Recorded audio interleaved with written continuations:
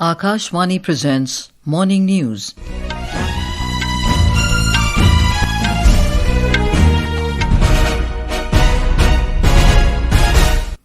Good morning, I'm Anuja Kumar. The headlines.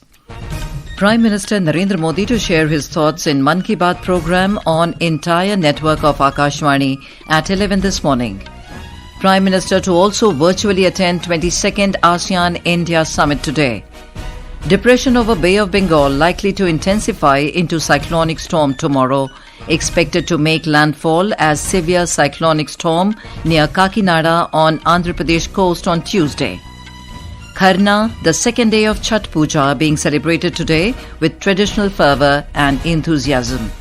And Hansika, Lamba and Sarika, Malik bagged silver medals at Under 23 World Wrestling Championships in Serbia. And now the news in detail. Prime Minister Narendra Modi will share his thoughts with the people of the country and abroad in the Mann Ki Baat program on Akashvani at 11 a.m. today. It will be the 127th episode of the monthly radio program. The program will be broadcast across the entire Akashvani and Doordarshan network, the AIR News website and the News on AIR mobile app. It will also be live streamed on the YouTube channels of AIR News, DD News, the PMO and the Ministry of Information and Broadcasting. Akashvani will broadcast the program in regional languages immediately after the Hindi broadcast. Prime Minister Narendra Modi will virtually attend the 22nd ASEAN-India Summit today. In a statement, the External Affairs Ministry said Prime Minister Modi and the ASEAN leaders will jointly review the progress in ASEAN-India relations and discuss initiatives for strengthening the comprehensive strategic partnership. It said strengthening relationship with ASEAN is a key pillar of India's Act East policy and Indo-Pacific vision.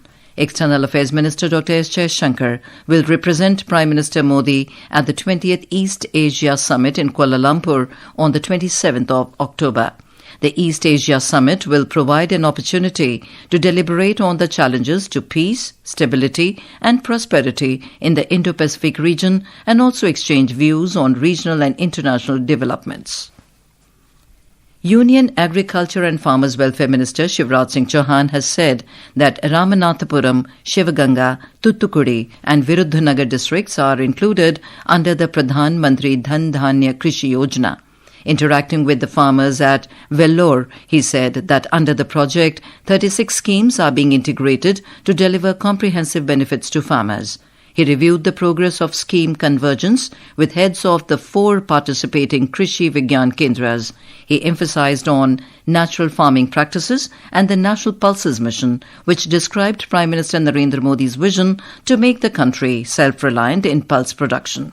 He mentioned that states such as Tamil Nadu will greatly benefit from this mission through improved varieties, advanced technology and assured marketing. Tamil Nadu के किसानों से मिलकर बहुत प्रसन्न हुआ हूं। I am very pleased to meet the farmers of Tamil Nadu. Many farmers here are engaged in natural farming and are earning a profit. We are also implementing the PM Dhan Dhanya Krishi Yojana in those districts of Tamil Nadu where the average productivity is low or even less than the average. We have also implemented the Pulses Mission and the Oilseed Mission here. My request to the state government is that the central and state government should work together to properly implement these schemes on the ground so that the farmers can get the full benefit.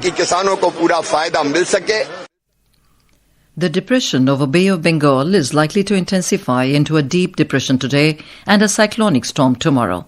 According to India Meteorological Department or IMD, Cyclone Montha is expected to make landfall near Kakinada on Andhra Pradesh coast as a severe cyclonic storm on Tuesday evening or night. The severe cyclone is expected to bring heavy to very heavy rain in Andhra Pradesh, Odisha and West Bengal. Early forecasts suggest that North Tamil Nadu, including Chennai, may escape major impact. In Tamil Nadu, heavy rain is likely to occur in northern districts during the next 24 hours. IMD has issued an orange warning for heavy to very heavy rains in interior Tamil Nadu tomorrow.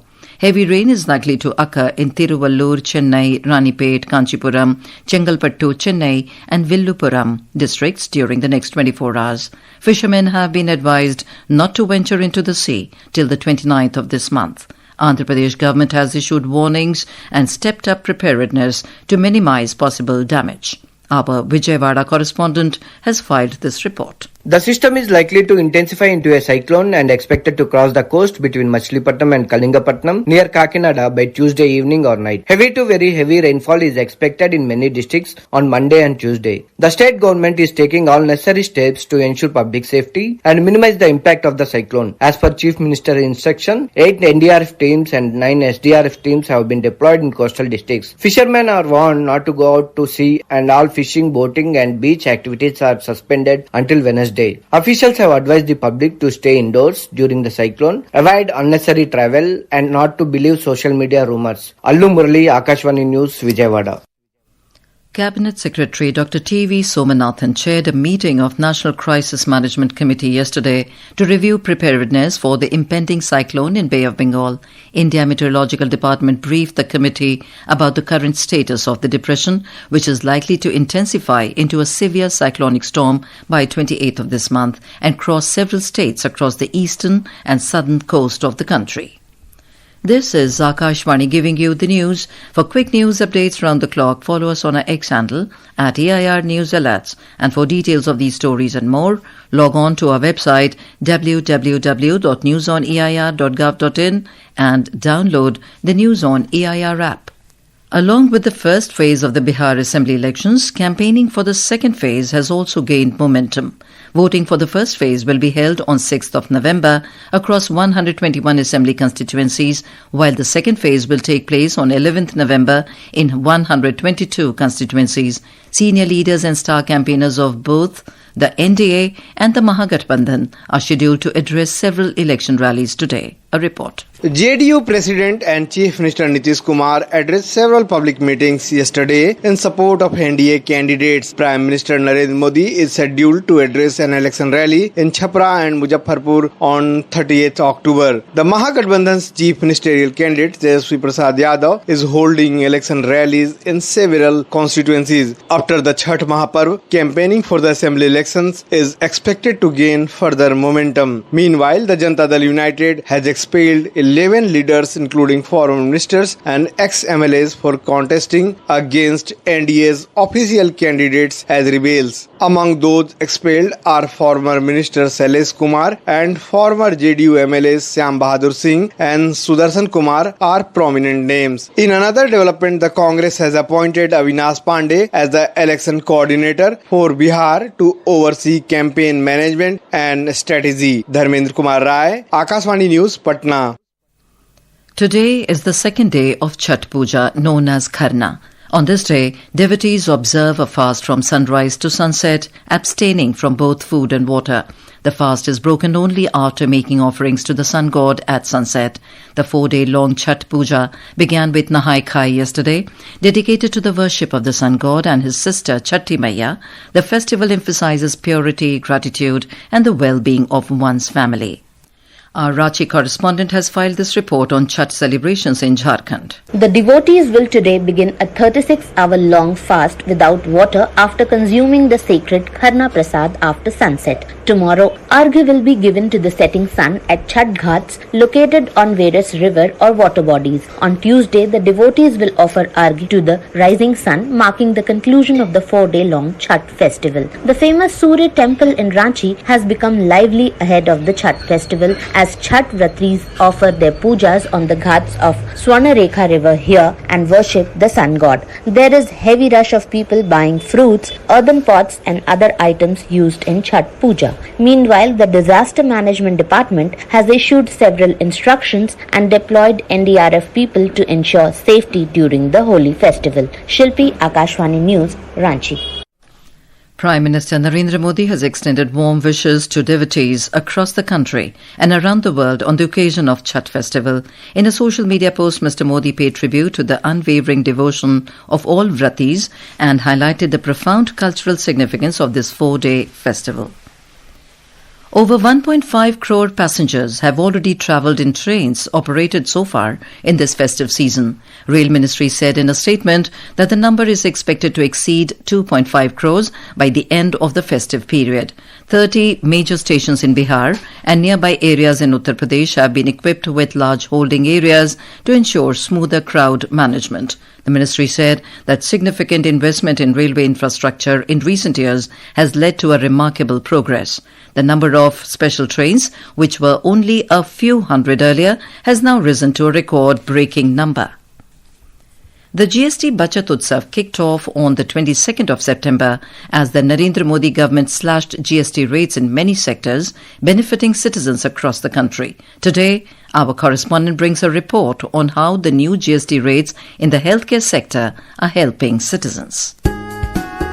The next generation GST reforms have provided relief to the healthcare sector by reducing costs across medicines, equipment and essential services. The tax on essential medicines, previously at 12%, has now been reduced to 5% and 36 life-saving drugs have been fully exempted from the taxes, making treatments for chronic and severe illness more affordable. Medical devices and equipment such as gauze, bandages, diagnostic kits and thermometers now attract 5% GST instead of the previous 12%.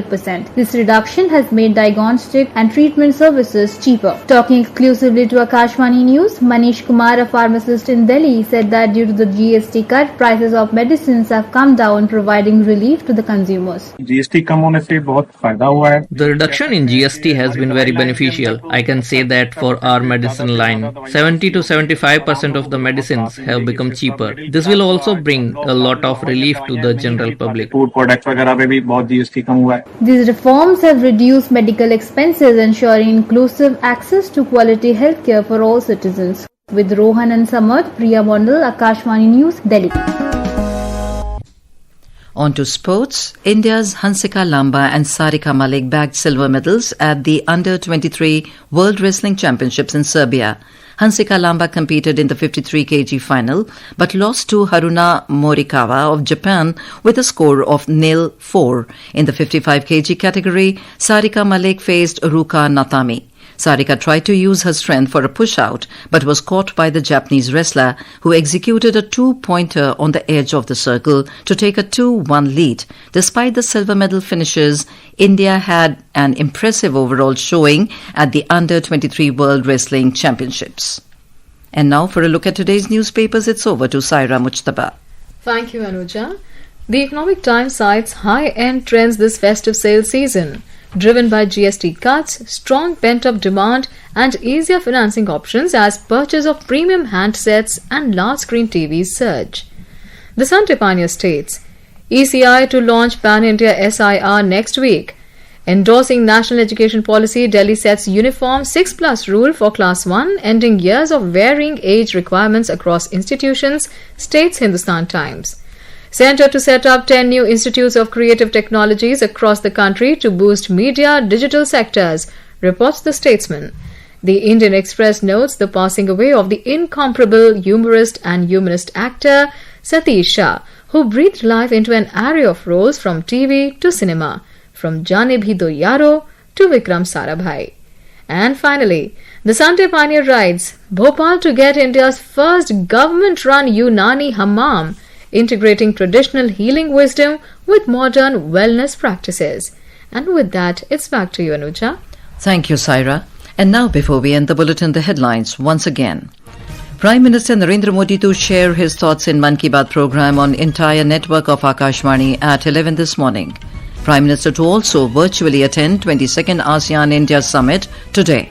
Depression over Bay of Bengal likely to intensify into cyclonic storm tomorrow, expected to make landfall as severe cyclonic storm near Kakinada on Andhra Pradesh coast on Tuesday. Kharna, the second day of Chhath Puja being celebrated today with traditional fervour and enthusiasm. And Hansika, Lamba and Sarika Malik bag silver medals at Under-23 World Wrestling Championships in Serbia. And with that, we end the morning news. Have a nice day.